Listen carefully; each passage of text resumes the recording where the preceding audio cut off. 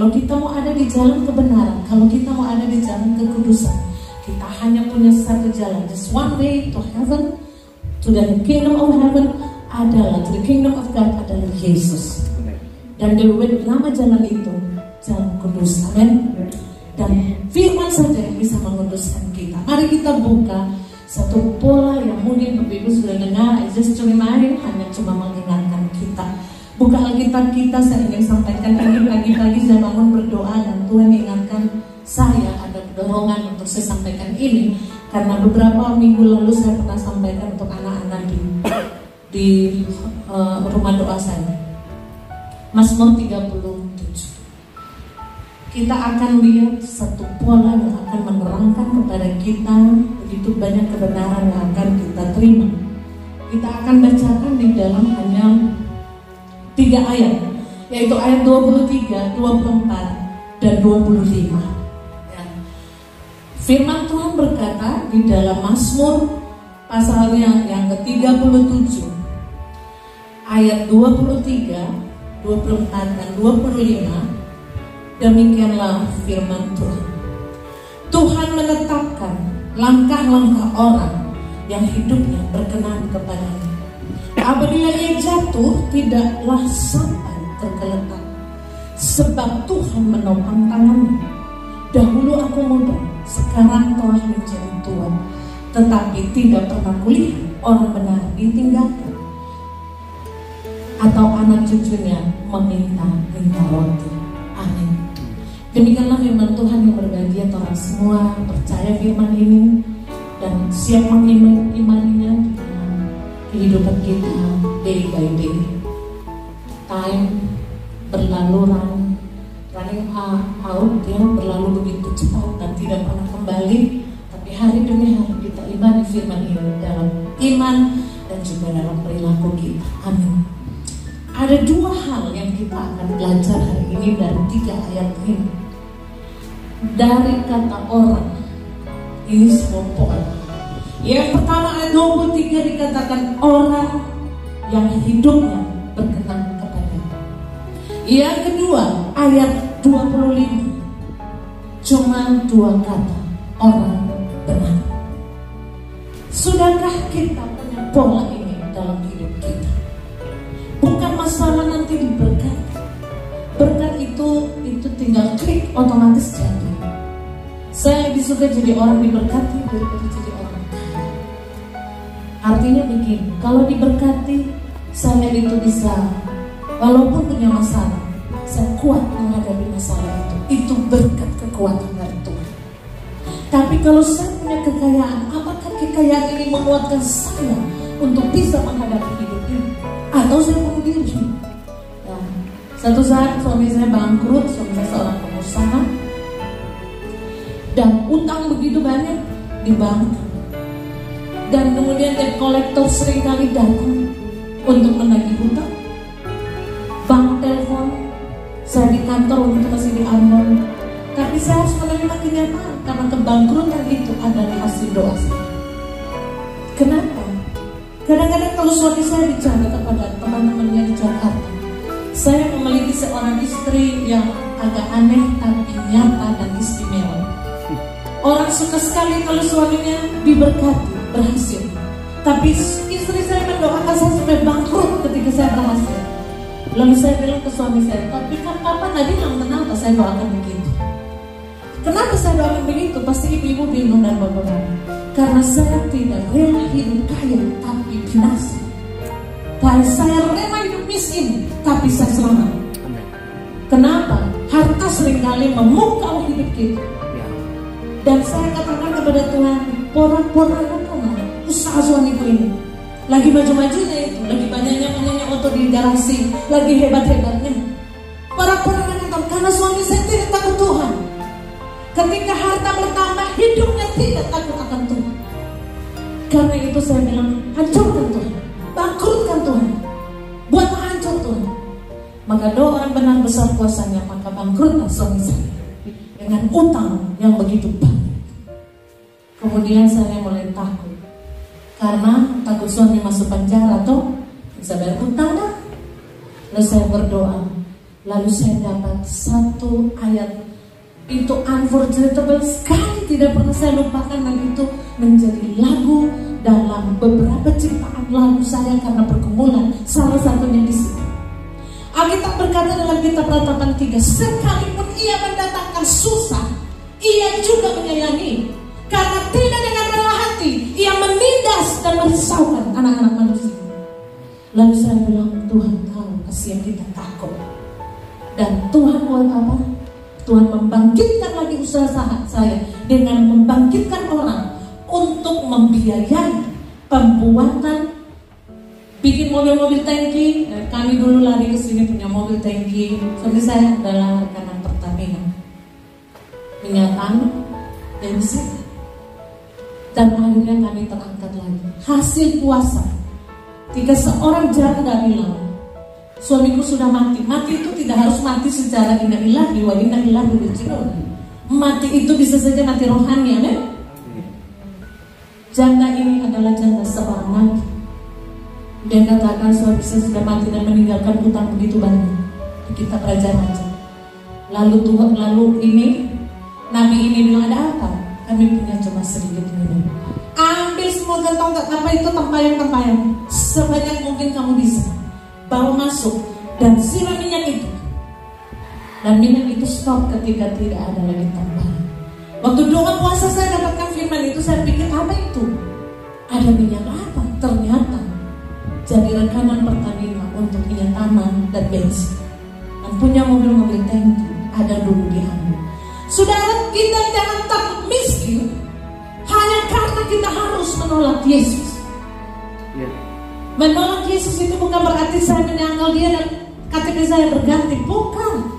Titus 1 ayat 16 katakan, mereka mengaku mengenal Allah, tapi dengan perbuatan mereka menyangkal dia.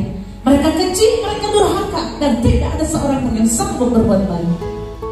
Titus 1 ayat 16. Kalau sampai hari ini melewati begitu banyak keadaan yang sangat sulit, masih fine-fine aja, bukankah hidup ini karena anugerah, bukan karena uang? Karena itu Bapak Ibu Saudara, mari kita lihat pola hidup kita, jangan jadi orang kaya, tapi jadilah yang pertama orang yang berkenan kepada Tuhan. Alkitab berkata Tuhan menetapkan langkah-langkah orang yang hidupnya berkenan kepada-Nya. Jadi kita tidak usah terlalu melangkah banyak, dan kita akan ada di dalam the God's movement, kegerakan Allah untuk setiap langkah hidup kita. Ibu Saudara dalam Tuhan, anak-anak saya kuliah di Amerika, pindahnya SMA, tidak ada satupun yang kursus bahasa Inggris. Tapi bisanya sampai di Amerika bisa selesaikan S1, S2. Bukankah Tuhan yang menetapkan langkah? Kita manusia cuma berusaha. Amin. Usaha manusia sia-sia kalau mau jadi kaya, berkat Tuhan yang menambahkan. Mari pola hidup to live atau living in kingdom of God adalah jadikan hidup yang berkenan kepada Tuhan. Kira-kira hidup yang berkenan kepada Tuhan itu bagaimana? Bapak Ibu Saudara, mari kita lihat Tuhan itu berkenan yang berkenan. Bukan Mazmur 51 ayat 8a. Seperti apa tuh Tuhan berkenan kepada orang itu? Dan Alkitab berkata, sesungguhnya engkau berkenan akan apa? Kebenaran dalam batin. Saya mau aja ya.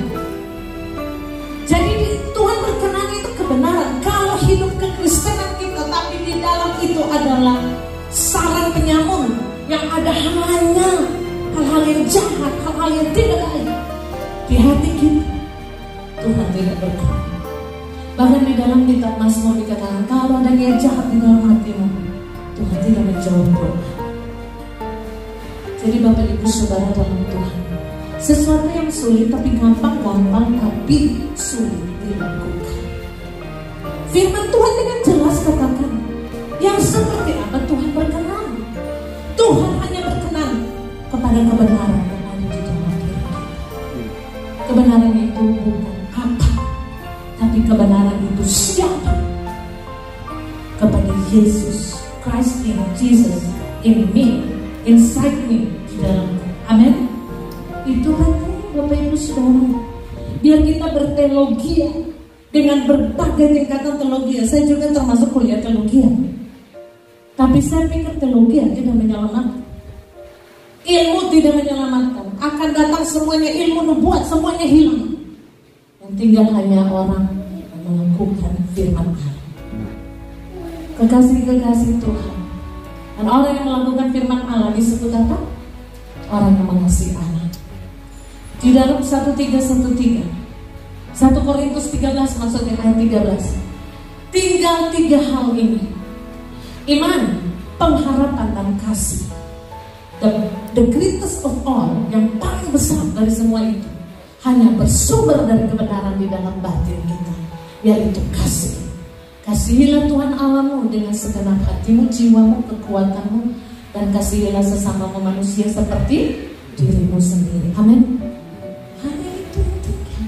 Kalau dunia ini akan habis, cuma tinggal firman Allah dan orang yang melakukan firman Allah. Kenapa kita lebih suka untuk hal yang tidak kekal? Mari kita lebih fokus untuk kekekalan hidup kita, di hidup yang kekal, bukan di mati kekal. Bapak Ibu Saudara, ada banyak orang bangga dengan satu denominasi tertentu. Saya bangga menjadi A gitu. Saya bangga punya gereja B. Saya bangga punya pendeta A. Saya bangga. Mari kita, I'm so proud. Saya akan bangga. Dan Tuhan bangga dengan kita karena Dia berkenan akan hidup kita. Jika di dalam batin kita ada kebenaran. Selalu rindu melakukan yang benar. Selalu rindu Yesus dimuliakan. Tapi Ibu Saudara dalam Tuhan, tanda-tanda semakin nyata. The time is so short. Hidup ini sangat singkat lagi karena kedatangan Yesus, the coming of Jesus Christ for the second time, untuk kedua kali sudah dekat. Kita persiapkan apa? Babi putar kah? Nasi bulu kah? Nasi jahat kah? Tidak ada. Karena di kerajaan Allah tidak ada lagi itu.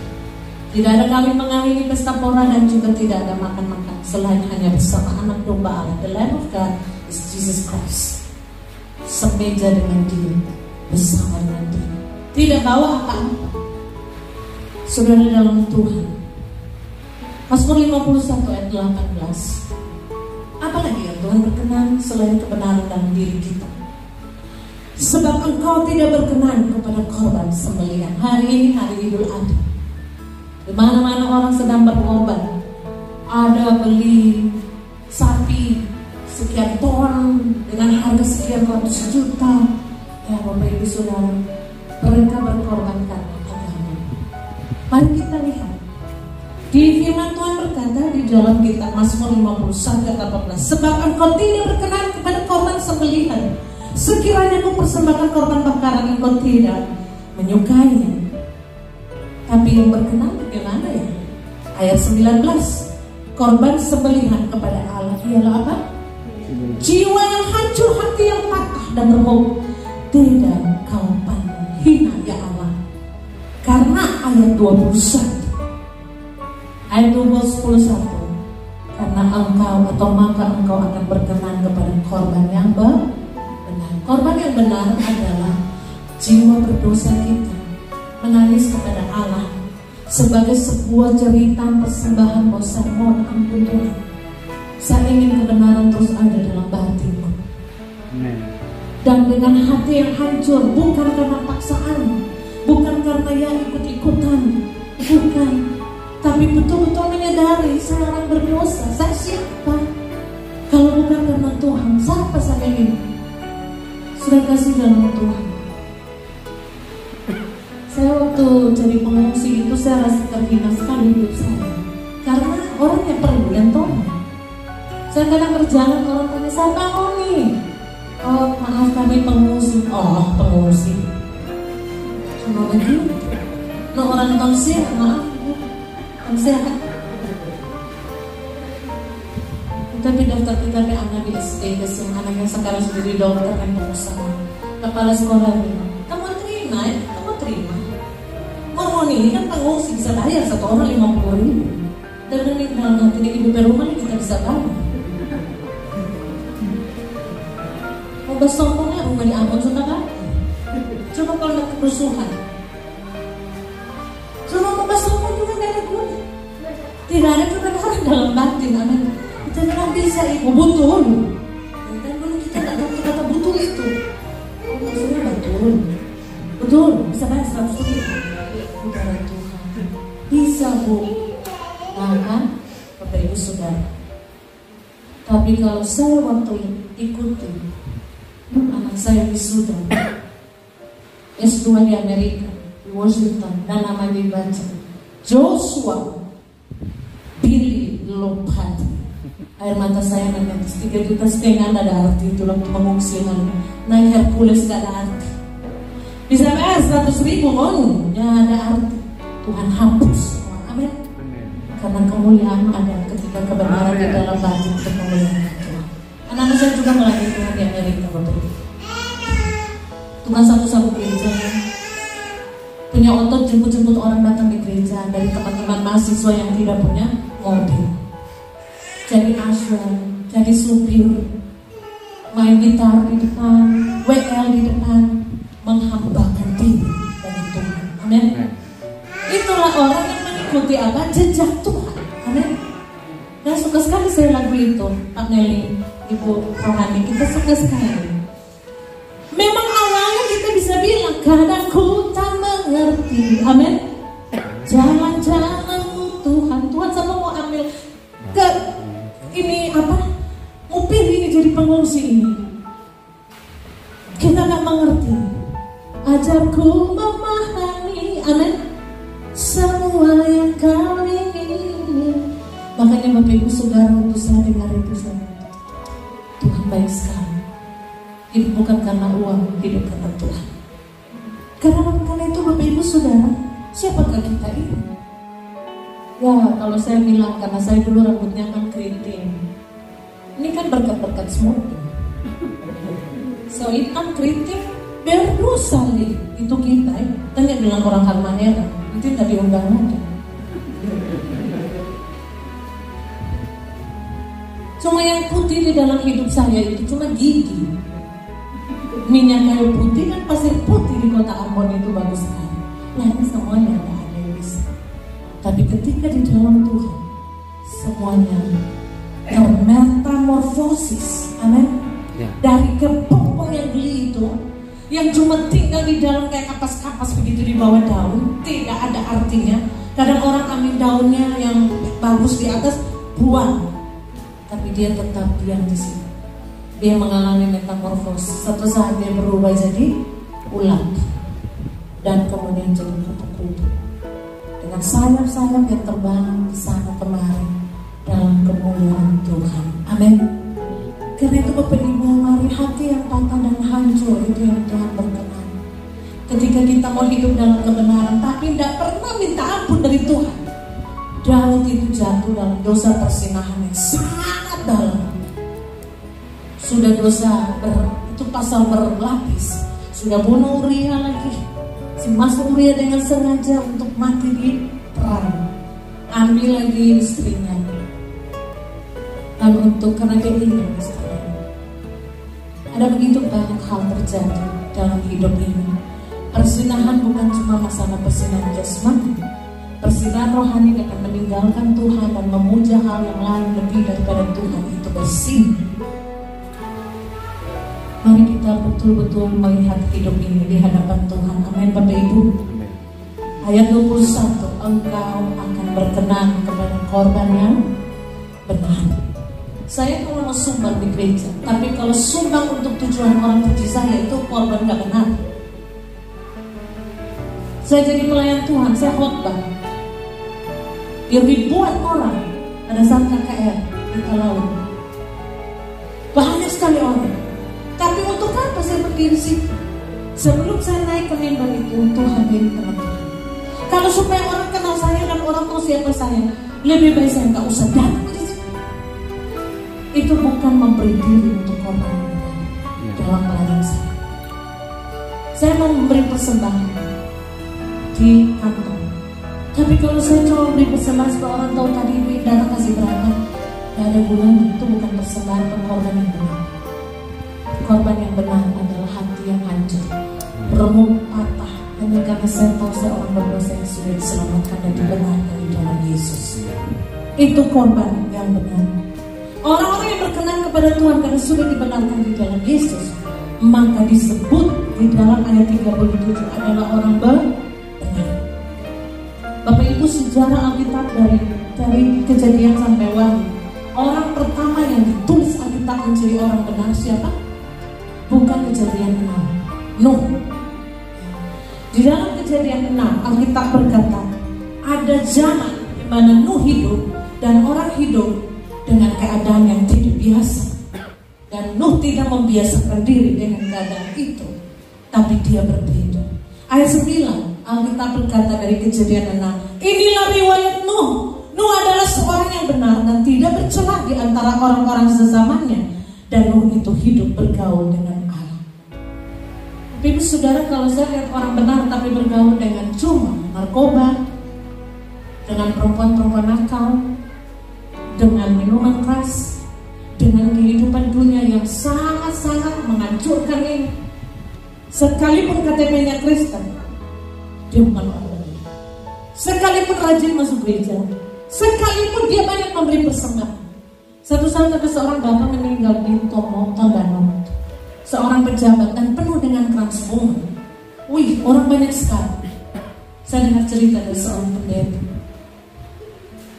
Ketika ibadah sedang mulai, orangnya begitu banyak, keras bunga begitu banyak, keluarga dengan baju rambut yang pakai pergi juga ke mana salon, duduk di situ dengan begitu menarik.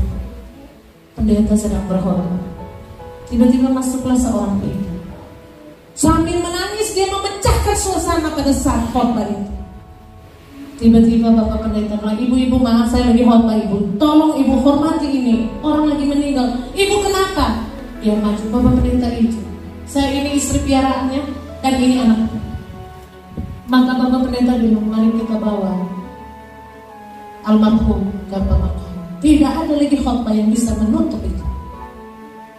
Ini yang namanya ketidakbenaran, tapi seolah-olah sekonyong-konyong seakan-akan hidup benar. Semua orang Tuhan, Nuh pada zaman itu semua orang berdosa, tapi Nuh mendapat kasih karunia di mata Tuhan karena kualitas hidup kerajaan Allah ini adalah hidup benar di mata Tuhan. Dan firman Tuhan katakan, zaman itu dia tidak bergaul dengan orang sesamanya dengan dosa-dosa yang pada zaman itu, tapi dia bergaul dengan Allah. Amin. Seberapa kita hidupnya everyday itu bergaul dengan Allah. Ada pagi-pagi makan sate, maksudnya sate dulu ya.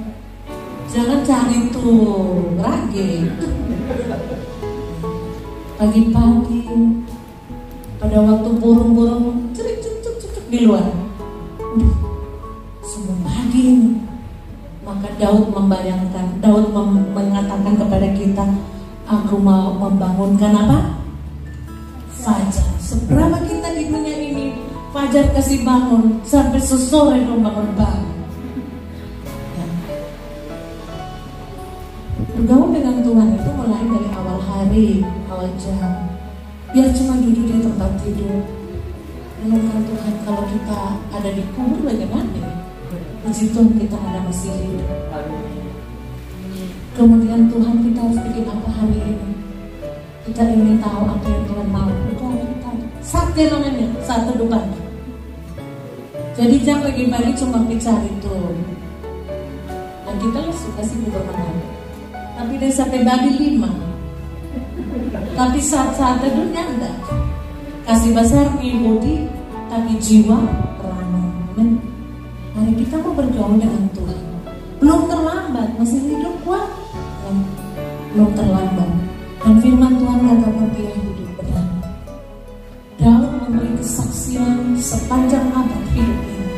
Dari aku muda sampai aku tua. Siapa yang gak pernah ditinggal oleh Tuhan? Tidak pernah melihat orang benar ditinggalkan. Doanya ditinggalkan, tangisannya ditinggalkan, air matanya ditinggalkan, dan seruannya, rintihannya ditinggalkan Tuhan. Berarti gak rugi kan jadi orang benar. rugi dong jadi orang Kristen tapi tidak benar. Rugi jadi orang Kristen tapi tidak berkenan kepada Tuhan. Hanya orang benar yang berkenan kepada Tuhan. Ujung-ujungnya apa? Hanya Nuh, istrinya, anaknya, dan menantunya naik ke bahtera dan tinggal selamat melanjutkan keturunan di dunia ini bersama hewan-hewan yang berpasang-pasangan untuk melanjutkan hidup. Bapak Ibu Saudara dalam Tuhan, hanya orang benar yang diselamatkan. Tidak ada orang lain yang diselamatkan. Ketika dalam susah di dunia ini, pola kehidupan orang benar, pola kehidupan, the lifestyle of the kingdom of God in the world, di dunia ini harus jadi orang benar. Tapi bikin susah, nggak bisa, nggak ada susahnya. Nggak susah. Hidup benar lakukan firman nggak susah. Nggak berat. Buka 1 Yohanes 5. Bapak Ibu Saudara, apa kata Tuhan di 1 Yohanes pasalnya yang kelima? Alkitab berkata di dalam ayatnya awal. Saya lihat dulu di dalam ayatnya 1 Yohanes 5 ayatnya yang ke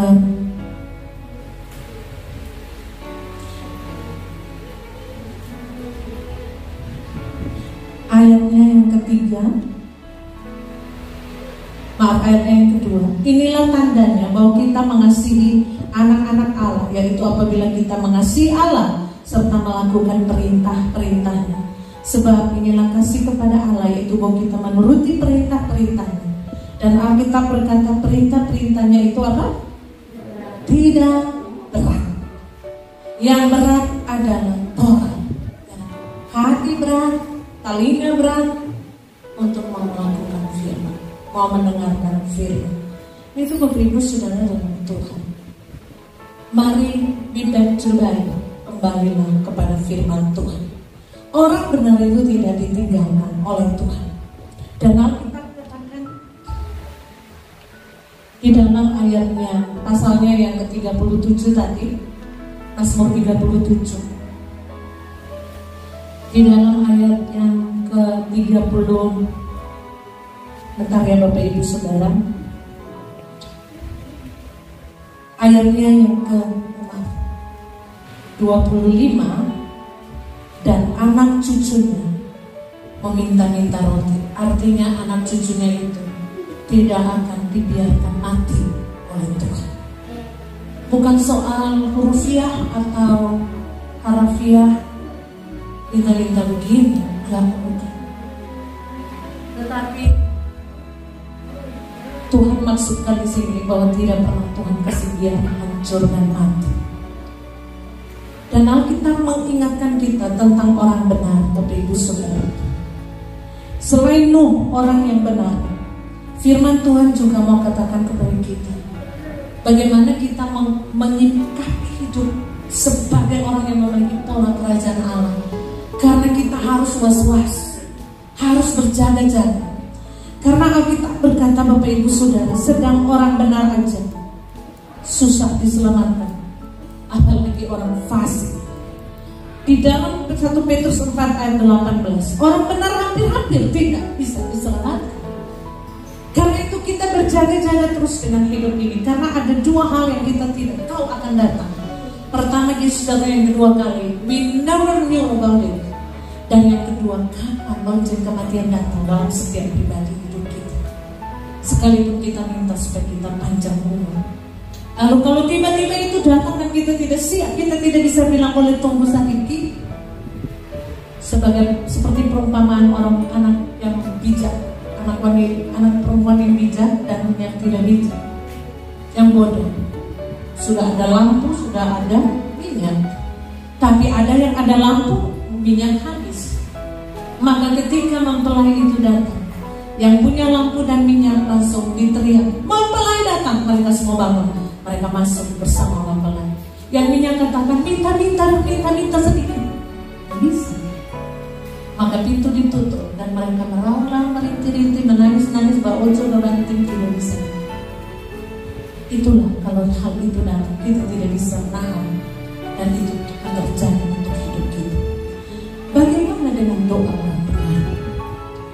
Ibu kekasih dalam Tuhan, makanya kita tidak akan mudah untuk terpengaruh kalau kita mau berubah menjadi orang fasik. Firman Tuhan berkata dalam 1 Petrus 3 ayat 12, mata Tuhan tertuju kepada apa? Kepada orang benar, tetapi Dia menentang orang yang berbuat jahat. Kalau saya hidup benar, datang kepada Tuhan, mata Tuhan tertuju. Dimanapun saya, anywhere, any place, anytime, Tuhan mengenal siapa kita di antara banyak orang. Ini penting untuk kita. Pola hidup kita harus berubah. Kita tidak cukup bangga karena kita punya gereja yang baru, bagus, tapi kita bangga karena saya bisa membuat Tuhan bangga dalam hidup kita. Suatu saat kami akan buat KKR di Tarabina. Saya punya uang itu saudara. Sekali pergi, saya terlibat bawa mobil juga sendiri dengan orang-orang yang akan KKR, dan supir saya membawa itu belum ada alat-alat musik ya. Karena daerah itu kan belum ada di Tarabina sering. Lalu saya buka dompet kosong pelayanan saya. Saya berlutut dan saya katakan, suami saya seorang pengusaha tapi dia tidak punya panggilan full ya untuk pelayanan. Jadi saya tidak bisa memaksakan dia. Kalau dia tergerak monggo. Orang Bitung bilang palis dan please. Kalau enggak saya hanya bisa bilang ke Tuhan. Saya buka dompet itu, lalu saya bilang, Tuhan, untuk beli bensin pun tidak punya. Tapi acara KKR ini akan jalan karena artis itu sudah datang. Lalu Bapak Ibu Saudara, saya amin, saya bilang Tuhan biarkan saya tidur malam ini, dan besok saya ada kekuatan ngomong. Tiba-tiba Tuhan kasih saya mimpi, Bapak Ibu Saudara. Saya mimpi dan saya lihat langit begitu cerah terang seperti biru-biru ini, lampu ini digabung dengan awan-awan putih yang bergerak cepat, lambat. Tiba-tiba dari arah awan itu ada satu titik. Lalu saya lihat titik apa itu? Nah, saya ada berdiri di situ bersama banyak orang, seperti hamba-hamba Tuhan. Tiba-tiba titik itu berubah menjadi muka Yesus. Tapi muka Tuhan Yesus, wajahnya keluar dengan jubahnya yang warna biru juga, biru terang, campur perak ya. Dan saya melihat seperti Tuhan Yesus dari langit sedang mencari-cari. Lalu saya teriak-teriak, saya melihat Tuhan Yesus, saya melihat Tuhan Yesus. Hati saya begitu tenang, apa man itu mereka semua nggak lihat. Tiba-tiba mata Tuhan tertuju kepada saya. Lalu saya rasakan damai yang sangat besar karena saya lihat Tuhan Yesus senyum kepada saya. Tiba-tiba senyum itu hilang saudara. Saya tahu bahwa mata Tuhan tertuju kepada saya, dan saya tidak perlu takut di mimpi itu.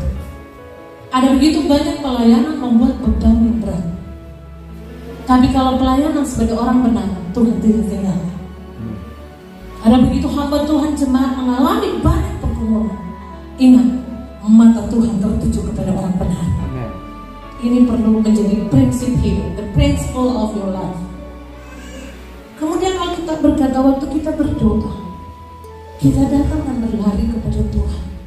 Amsal pasal 18 ayat 10. Nama Tuhan adalah menara yang kuat.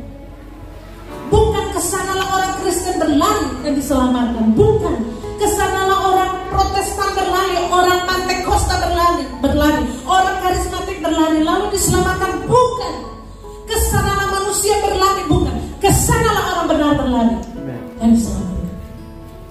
So menjadi orang dalam Tuhan harus memiliki spesifikasi alkitabiah. Dan saya percaya Tuhan melihat. Saya tidak perlu merasa bangga kalau wali kota melihat saya. Dan pada tahun sekian ya, kurang lebih 4 tahun lalu, saya mengantar Pak Wali Kota, waktu itu masih Pak Jonas Lomban. Waktu itu wali kota, wakil wali kota, sekarang Pak Wali, Pak Mantir, bersama keluarga dan melaksanakan perjalanan ritual ke keliling Eropa dulu, pergi ke Roma, pergi ke tempat-tempat yang Vatikan, pergi ke Italia, pergi juga ke Jerman, keliling Eropa, kemudian pergi ke Israel. Pada malam tahun Natal, besoknya ini 24 tengah malam, saya pimpin ibadah di Padang Efrata. Yang saya cuma tahu waktu sekolah minggu lalu. Yang saya cuma tahu, oh gembala-gembala menjaga domba. Tapi saya khotbah dan di situ ada Pak Wakil yang sekarang jadi Pak Wali Kota. Bapak Ibu Saudara, saya pikir-pikir penderitaan saya benar-benar sebagai hamba Tuhan banyak. Saya tidak melihat bahwa suami saya seorang pengusaha dan saya hebat, tidak. Justru saya tidak berguna, apalagi untuk melayani. Cuma Tuhan yang tahu. Tapi Tuhan tidak pernah. Alkitab berkata Tuhan membuat hari-hari yang sengsara sama dengan hari-hari yang bahagia. Bahkan di dalam Mazmur 59 ayat berapa itu? 56 ayat berkata, dikatakan di situ bahwa Tuhan menampung air mata kita di dalam kita. Dia menghitung setiap penderitaan kita. Siapa kita itu? Orang benar. Dan dia membalaskannya setimpal dengan hari-hari penderitaan kita.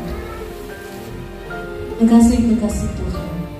Kadang-kadang suami saya bilang, "Ma, tolong ke hotel, cepat. Ini kepala Pertamina ini istrinya mau percaya Tuhan Yesus." Hah? Iya, yang benar. Iya, layani. Sekarang ini dari malam sampai pagi. Sampai dia mengerti Yesus betul-betul. Dan dia terima Yesus. Saudara, ada banyak kepercayaan Tuhan berikan kepada orang benar.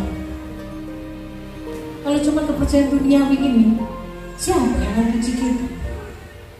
Sampai hari ini kemarin saya ke Ambon, semua orang di mana-mana panggil ibu ini, jadi nggak Pak Victor jadi wali kota Ambon? Saya bilang, tulis tapi muka ini cocok jadi ibu ini atau ibu wali? Amin. Jadi ibu wali, orang Ambon perlu orang yang benar, orang yang tidak korupsi, orang yang kita bilang itu kan idealis. Mari kita cocok muka ini di hutan-hutan, di pedalaman-pedalaman, kita tidak cocok jadi ibu kota. Jangan begitu bicara. Sudah sampai yang kamu jadi buah sedikit pun dalam kerinduan untuk jadi situ begitu istri wali kota. Yang saya rindu jiwa-jiwa bertobat. Amin. Saya rindu ada banyak orang hidup benar masuk surga. Saya bilang kalau memang Tuhan izinkan tahun 2024, ya sudahlah. Serah whatever will be. Jadilah seperti yang jadilah, apapun itu terserah. Serah. Sudah dalam Tuhan, kerinduan kudus saya itu selalu ingin orang masuk surga. Dan saya selalu pakai janji ini, kesanalah orang benar berlari. Amin. Dan doa-doa kita menyelamatkan banyak orang. Amin. Tidak perlu dia masuk gereja saya juga. Tidak perlu harus saya bikin gereja dan orang banyak di gereja saya. Itu soal kuantitas. Tapi soal hati Tuhan senang, membuat Tuhan senyum, itu adalah prioritas. Pola kerajaan Allah. Sudah dalam Tuhan, bagaimana dengan keturunan orang benar? Ini keren habis nih, dan saya alami benar. Saya alami. Mari kita lihat. Buka Amsal 20 ayat 7. Saya ingin menjadikan ini menjadi ayat hafalan untuk membuat desire, semangat, karena spirit untuk kita terus menjadi orang benar. Alkitab berkata dalam Amsal 20 ayat 7.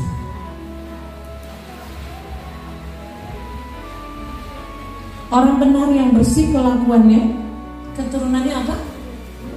Yes, amin. Orang benar yang bersih kelakuannya, cuma bukan aspun asal bunyi orang benar. Berbahagialah keturunan. Ini kan hidup ini bukan semakin mudah, hidup ini bukan semakin kuat, dunia ini bukan semakin baik. 2 Timotius 3 ayat yang pertama, akan datang masa yang sukar sampai dunia habis. Masa sukar akan berjalan terus. Saya hidup dari saya muda sampai tua, dan satu saat saya akan bersama dengan Tuhan. Tapi saya suka dan punya keinginan dan punya cita-cita keturunan saya berbahagia. Amin. Bagaimana supaya keturunan saya berbahagia? Saya jaga hidup saya menjadi orang benar yang bersih kelakuannya, maka keturunannya berbahagia. Makanya orang yang hidup dalam dosa tanpa stop dan tanpa ampun, yang merusak keturunan. Kekasih Tuhan, bisa kasih apa buat keturunan? Berapa muda? Berapa yang kita bisa tinggalkan uang? Berapa yang kita bisa tinggalkan? Tapi warisan kehidupan sebagai orang benar yang bersih kelakuannya, berbahagia keturunannya di bumi maupun di surga. Bapak Ibu di dalam Tuhan, dan yang ini yang menakutkan. Kalau tadi itu kan membahagiakan, yang menakutkan bukan Amsal 21 ayat 18. Ini makanya ambil keputusan jadi orang benar. Amsal pasalnya yang ke-21 ayatnya yang ke-18. Firman Tuhan berkata, orang fasik dipakai sebagai tebusan bagi orang benar. Kalau begitu, kalau orang benar mau mati, Tuhan masih pilih orang fasik lebih dulu karena dia tidak bertobat. Walaupun firman Tuhan kata, aku tidak mengingini kematian orang fasik, tapi aku mengingini orang fasik ini berbalik dari jalan-jalan yang jahat. Tapi kalau satu saat Tuhan harus memilih, Alkitab berkata, orang fasik jadi tebusan bagi orang benar. Dan pengkhianat sebagai orang jujur. Saudara dalam Tuhan, kalau di penjara penuh dengan koruptor, tapi dia orang Kristen, apakah itu orang benar yang bersih kelakuannya? Tidak. Hidup ini ada profesinya. Hidup ini ada tempat kita mencari nafkah. Tapi di sanalah marketplace kita untuk kita menunjukkan siapa Yesus. Anak saya suatu saat kerja di part-time company di Amerika, di Seattle. Ketika dia sudah selesai kerja waktu kontraknya, karena dia masih punya visa student karena selesai sarjana dan bisa kerja 1 tahun sebelum dia ambil S2, maka dia harus berhenti karena akan ambil S2. Dan orang di situ, manajernya bilang, Joshua, saya mulai jadi Kristen ketika kamu masuk kerja di tempat ini. Amen. Tapi bagaimana kalau kamu sudah berhenti? Saya harus banyak belajar jadi orang Kristen. Dari siapa? Buku suci itu dibaca dari pribadi-pribadi yang menunjukkan bahwa dia adalah surat Kristus yang terbuka. Itulah orang benar. Ada banyak orang tidak jadi masuk Kristen, bahkan percaya Yesus dan masuk surga hanya karena orang Manado bilang tagate di kehidupan orang-orang benar, katanya benar dari gereja.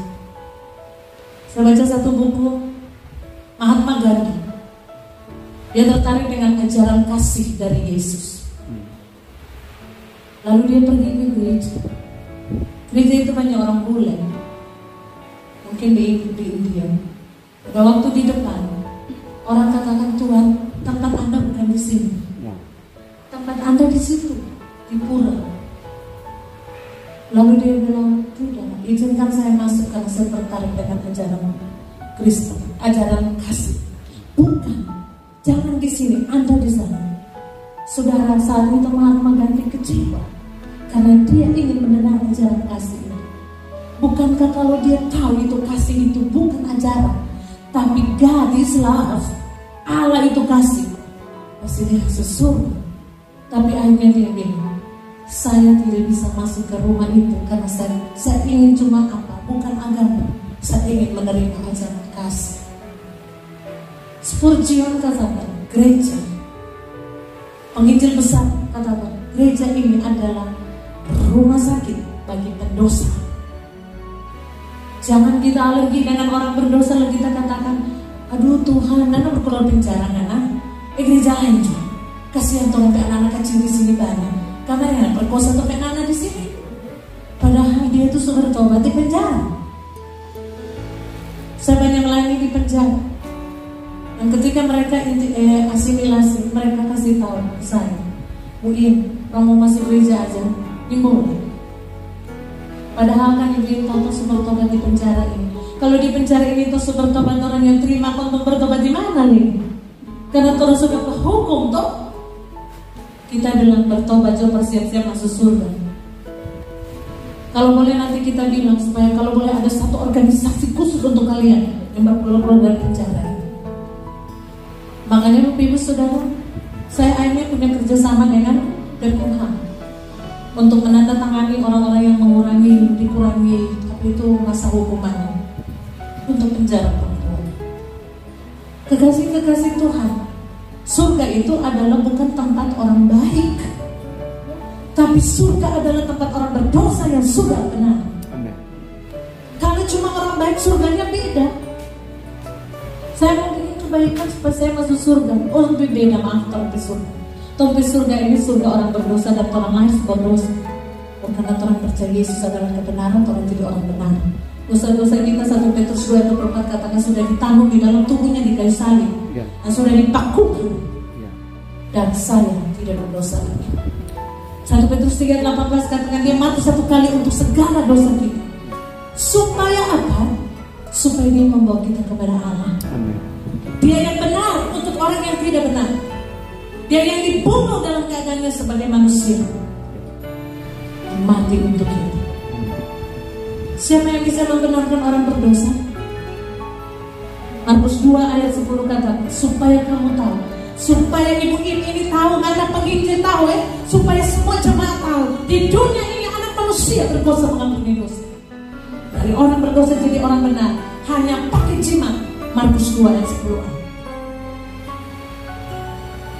Kalau dia rajin gereja tapi berdosa terus, kebenaran ada di batin, dia cuma orang baik. Surga tidak berisi orang baik, karena semua yang baik belum tentu benar, tapi semua yang baik pasti benar. Semua yang baik belum tentu benar, tapi semua yang benar pasti baik. Amin. Bapak Ibu Saudara, saya nggak mau dijadikan tebusan karena saya fasik. Bukan Mazmur 1, Bapak Ibu Saudara, Mazmur yang sangat terkenal di dunia dan Mazmur yang sangat nomor 1. Hanya ada 2 jalan di dunia ini, ayat 5 dan 6. Sebab itu orang fasik tidak akan tahan dalam penghakiman, begitupun orang berdosa dalam perkumpulan orang benar. Sebab Tuhan mengenal jalan orang benar, tetapi jalan orang fasik menuju kebinasaan. Tuhan menetapkan langkah, step by step. Langkah-langkah yang banyak ini sedang ada di satu jalan. Jalan itu ada di dalam Yesaya 39 dan 35 tadi. The name of the way is the way of the holiness. Nama jalan itu adalah jalan kudus, jalan benar. Karena itu Tuhan mengerti jalan orang benar, tapi jalan orang fasik menuju kepada kebinasaan. Saudara kekasih dalam Tuhan, suatu saat tahun 2000 sekian, saya dalam keadaan susah sekali, sudah jadi pengungsi. Dan saya bilang, bagaimana Tuhan hadapi hidup ini. Satu saat saya bawa anak 2 saya, dan mereka ingin makan ayam, apa itu mawar sambal. Tiba-tiba saya, oke, ada uang mama, mari kita makan. Saya masih jadi pegawai titipan itu. Karena kerja di Ambon, tapi dapat gaji di Ambon, tapi titip di Minahasa. Ibu saudara, setelah mereka makan, habis gaul. Waktu naik-naik dari samping Immanuel ke atas, tembus di BI, masuk di muka kantor gubernur, habis bensin. Habis bensin, uang tinggal 12.000. Lalu saya bilang, telepon papa. Saya telepon suami saya, Pak, habis bensin, rasanya so habis begini. Oh ya, cari tempat yang ada ATM, di situ tunggu juga di situ. Saya ngomong di muka Queen yang di dengan luar itu. Kami tunggu di situ. Anak saya bilang, oh ingin makan martabak, ingin makan ini. Kenapa? Karena pada saat kita gak ada duit, ingin saya makan banyak ya. Pada saat ada duit, gak ada rezeki makan. Heran. Karena kan malas mau traktir orang, tuh juga gak suka makan gitu. Kita jangan keluar. Tapi pada saat ada duit, ibu, boleh ada orang traktir ya, begitu. Tiba-tiba saya tunggu, iya pesan. Sudah pesan saya, jangan mau mati. Karena bisa ambil duit. Betul, waktu itu sudah penasaran. Mama ini tuh orang mau makan nih. Sama papa pikiran saya 1 juta. Berasa ke karung, apa gitu. Setelah sekian lama dan tunggu, semua jengkel. Tiba-tiba suami, Ma, papa kirim uang tuh pakai hati-hati. Kalau uang 1,5 juta. Saya ambil begini, mama dia cuma 300. Apakah orang benar itu gak pernah susah? Lalu kita bilang percuma dong jadi orang benar. Menuntut, susahnya gak malu, malah menuntut. Lalu saya begini, aduh kesian kan isi bensin 200. Sisa ini dan beras habis dan tidak beli martabak. Sudah begitulah. Tapi ada saatnya Tuhan kasih berkelimpahan. Amin. Berkelimpahan bukan berarti ATM full, pulsa full, bensin full, dompet full, bukan. Justru tidak full, tapi kelimpahan dengan sukacita itu lebih jadi obat dibandingkan dengan apotek. Makanya saya sampai saya pensiun Bapak Ibu, saya tidak sombong ini ya, ini kesaksian. Ada dua pensiunan, dua hal yang saya tidak pakai selama saya pensiun. Sebelum saya pensiun, saya nggak pernah pinjam di bank, pegawai negeri. Kalau suami saya itu terserah, kan dia mau usaha. Dan saya tidak pernah pakai askes karena merasa sakit. Karena itu Bapak Ibu Saudara, hidup orang benar itu terjamin. Amin. Saya tidak benar-benar bangga, tapi saya berusaha untuk hidup benar. Itu kan semua dalam firman Tuhan. Hanya dua jalan, benar dan kasih. Lalu saya dapat satu firman Tuhan yang sampai saat ini tetap terus menjadi rema, dan saya ingin bagikan. Ini ayat-ayat terakhir untuk kita. Buka Mazmur 112 ayat 1. Haleluya. Berbahagialah orang yang takut akan Tuhan, yang sangat suka kepada segala perintah. Orang yang takut Tuhan itu orang benar. Orang yang suka kepada perintah Tuhan itu orang yang mau melakukannya, orang benar. Bapak Ibu di rumah akan lihat ada 14 blessings, 14 blessings, 14 berkat dialami dan saya alami sendiri. Saudara kekasih dalam Tuhan, contoh firman Tuhan katakan ayat 7, ia tidak takut kepada kabar celaka, hatinya tetap penuh kepercayaan kepada Tuhan. Anak saya Ari pernah disembuhkan Tuhan di kamar operasi. Dokter bilang leukemia, kanker darah. Dokter bilang lagi kanker tulang.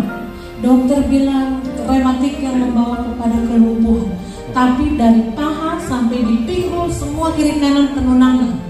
Nggak tahu sakit apa. Dan harus dioperasi pecahkan nanah-nanah itu. Ya. Tapi kalau orang benar-benar begitu, flow, amin. Tidak. Kenapa? Karena dia tahu itu kan dokter, tapi Tuhan belum mengambil keputusan. Ya. Kalau Tuhan belum mengambil keputusan, jangan bikin konklusi atau kesimpulan. Nah, pada saat dokter datang, dokter tanggal ini meninggal sekarang, ahli bedah tulang, ahli bedah.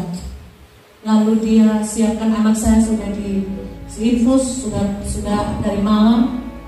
Lalu dia pegang itu luka. Hah, kenapa nggak sakit ya? Sakit?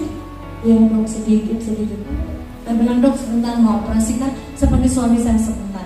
Tapi di luar ada hamba Tuhan yang berdoa. Kemudian masuk, suami saya masuk, habis berdoa. Loh, kok sudah turun?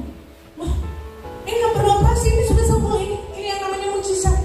Maka pulanglah dia sampai hari ini, saudara, sembuh. Amin. Dari dia kelas 1 SMP sampai sudah memiliki 2 anak. Gak balik-balik. Tidak takut kepada kabar celaka itu harus disertai dengan hati yang penuh iman kepada Tuhan, bukan kepada dukun, bukan tanya-tanya di kuburan orang-orang mati, bukan orang pintar, bukan apa saja yang bisa dipakai oleh dunia ini. Amin. Ini penting. Ada orang mau mujizat karena dia tidak ada doi, tapi ada orang ada doi dia pikir mujizat. Zaman now pakai mujizat, pakai logika. Saudara, mari kita kembali ke firman. Amin. Mau jadi orang benar. Amen. Pola hidup 2 hal ini bagi kita. Jadilah orang yang berkenan kepada Tuhan. Langkah-langkahnya ditetapkan oleh Tuhan. Pada saat dia jatuh, karena dia juga manusia, maka dia tidak tergeletak, tapi Tuhan menopang tangannya. Amin. Wow. Kenapa bukan itu untuk saya Tuhan? Hari ini saya mau alami itu. Kenapa? Mazmur 20 ayat 7, 8, 9 katakan, sekarang aku tahu bahwa Tuhan memberikan kemenangan kepada orang yang diurapi dan menjawabnya dari surganya yang kudus dengan kemenangan yang giman gebel. Orang itu mengandalkan kuda, orang ini mengandalkan kereta, tapi kita bermegah hanya di dalam nama Tuhan yang menjadikan langit dan bumi. Mereka rebah dan jatuh, tapi kita bangun dan tetap tegak berdiri. Amin. Itulah orang benar. Mazmur 20 ayat 7, 8, dan 9. Kenapa orang benar bisa bangun dan tetap tegak berdiri? Karena Tuhan menopang tangannya. Tuhan menetapkan langkahnya. Jalannya ini salah, langkahnya balik sini, balik sini. Jadi pukul, dia ditegur. Karena itu Tuhan katakan, kalau aku kasihi maka aku tegur dan aku hajar. Amin. Terimalah itu menjadi sebuah proses Tuhan. Tapi prinsip hidup baru kita hari-hari ini, jadi orang benar. Satu hal yang Daud saksikan, dari aku muda sampai aku tua, tidak pernah kulihat orang benar ditinggalkan. Siapapun bisa tinggalkan kita di dunia ini, suami kita, anak kita, keluarga kita, mungkin jangan tinggalkan, nggak peduli juga. Emang gua pikirin sekarang ini kan kasih EGP lebih banyak dari kasih agape, Pak Meling. Kalau agape kasih Allah walaupun, tapi EGP, emang gua pikirin mau mati atau mau hidup? Emang gua pikirin EGP lebih banyak di gereja-gereja daripada agape. Karena di gereja itu cuma berisi orang Kristen. Tapi kalau gereja itu berisi orang berkenan kepada Tuhan dan orang benar, saya percaya Tuhan sedang, mata Tuhan ada di sini, siap mencurahkan segala berkat rohani maupun jasmani bagi kita. Amin. Mari berdiri. Kita angkat satu.